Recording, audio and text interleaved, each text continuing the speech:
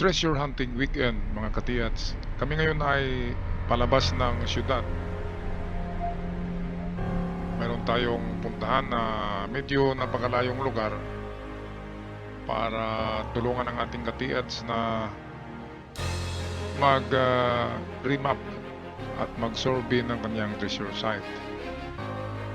Okay, shout out muna tayo sa lahat ng ating mga katiyats na nanonood ngayon sa Luzon, diyan sa Cordilleras, sa Pangasinan, marami diyan. Iloilo, Cebu, diyan sa Leyte, Bohol, at dito sa Mindanao, Agusan, sa mga isla ng Surigao del Norte, Dinagat, Socorro, Siargao Island, at dito sa Surigao del Sur, at sa iba pang parte ng Mindanao. Shout out sa inyong lahat dyan mga katiyats. Amin muna binabaybay itong mga highways. Meron tayong 5 oras sa pagbiyahe kaya medyo malayo. Kaya enjoy muna kayo sa panonood ng magagandang views. Ako'y babalik sandali lamang.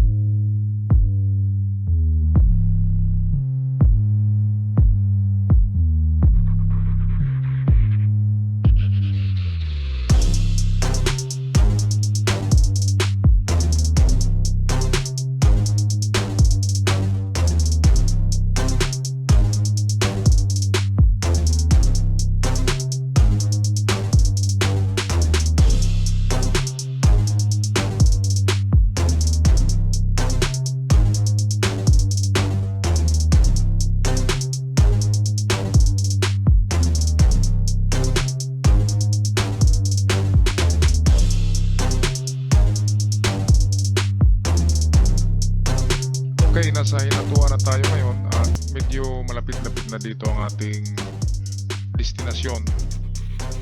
Meanwhile, hang on mga katiyats, ilang minuto na lang o baka abutin pa ng isang oras ay makarating na tayo doon. Medyo malayo-layo nga ang lugar na ito ni Katiets. At kung kayo nais magpa-remap, magpa-detect ng inyong site na sa palagay nyo ay positive, Welcome to Bisley. Welcome to City. okay, naparaan na tayo dito, Bislig City. Sa unahan nito, mga nasa 50 kilometers. Doon na tayo bababa. At maglakbay na naman papunta sa site. Okay, balikan natin ang sinabi ko kanina na kung kayo ay merong treasure site na sa palagay nyo ay positive na positive, ay pwede kaming makapunta dyan kapag papayag ang mga kasama ko, kasi ako ay hanggang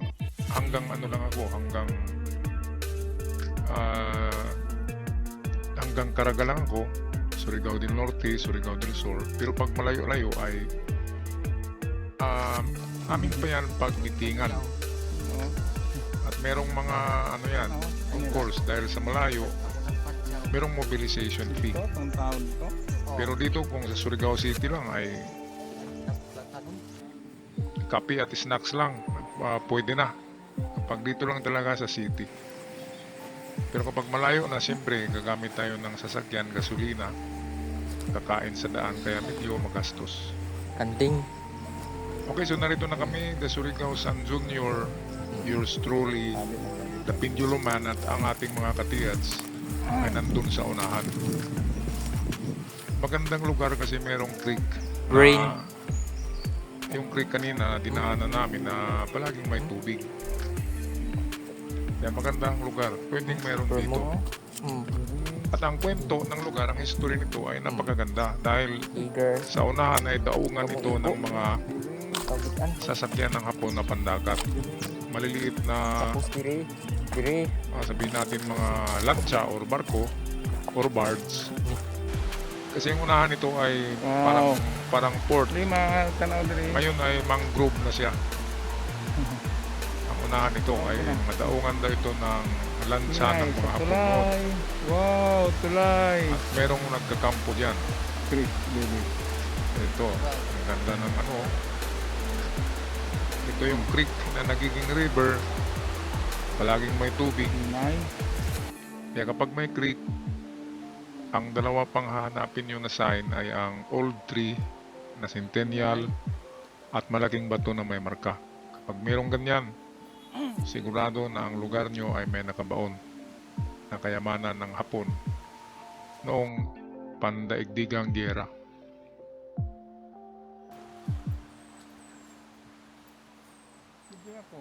Ito, malapit na kami sa bahay ni Katiats. Simento na At meron ng mga makikitang mga bato along the way. Resyo din yung mga alimango. Pero itong sinasabi ko na creek o river ay talagang siya. Palaging may tubig, kaya napakaganda ng ganitong mga lugar.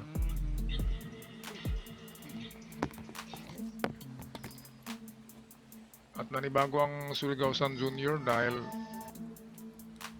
dalawang tulay na medyo madulas ang tinawid niya. First time yan nakatawid sa mga tulay na ganyan. Ito pa, madulas din ito. Kaya pwede ako ang malaglag dyan. Bagong tuli pa naman ito si Surigao San, kaya ayan, mahirapan siyang maglakad. Uminom lang yan ng may pinamik para hindi masakit. Tanaw. So ito na yung site sa unahan nito. Okay, good. At Ako naman.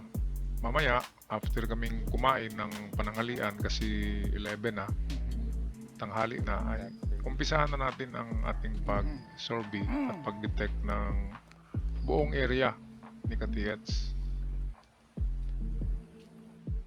Maganda talaga ang merong farm, merong malalaking kalupaan. Kasi pwedeng merong nakabaon sa inyong kabundukan. Kaya sa mga bago pa lamang sa channel, pagmasdan nyo mabuti. Suriin nyo ang inyong kabundukan, ang inyong kalupaan, ng inyong mga lulo, ng lula. Ay baka meron kayong makitang marka sa bato na man-made. Ay ipagbigay alam sa atin kung gusto nyo para atin ma-analyze. Send nyo lang sa aking Facebook, Umamuri. Umamuri ang Facebook ko. Send nyo ang video, sketch at mga pictures ng mga signs. At pwede natin i-decode gawa ng video at ipalabas sa aking YouTube. Okay, so narito na kami. Nandun si Pendulum mo sa unahan. As usual, meron talagang handa yan. Kasi alam nila katigats na malayo pa ang ating nilakbay.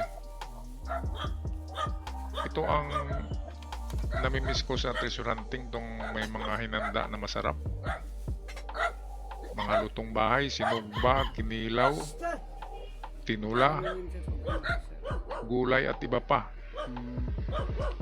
Ito nga pala yung signs, yung parang ulo ng duck, ibon, at iba pang kakaibang mga bato. Mamaya puntahan namin yung site. Meantime, kain muna tayo. Mga katiyats, ito may sinigang, oh. Sarap yan. Merong talong, merong kinilaw, at merong lechon manok doon. Kaya mabubusog na naman tayo nito. Sulit na sulit ang ating biyahe. Kauban to sa mga atong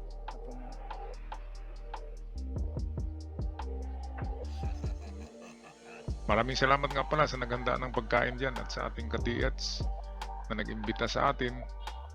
Shout out sa inyo mga katiyats dyan. Sana ay swertihin kayo sa taon na ito.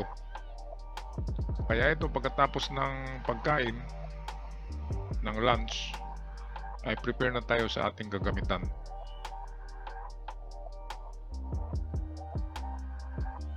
Okay, so tayo'y mag-umpisa na. At dahil sa mahaba na ang video, ay atin ito ipagpatuloy. Paalam mga katiyats, hanggang sa muli.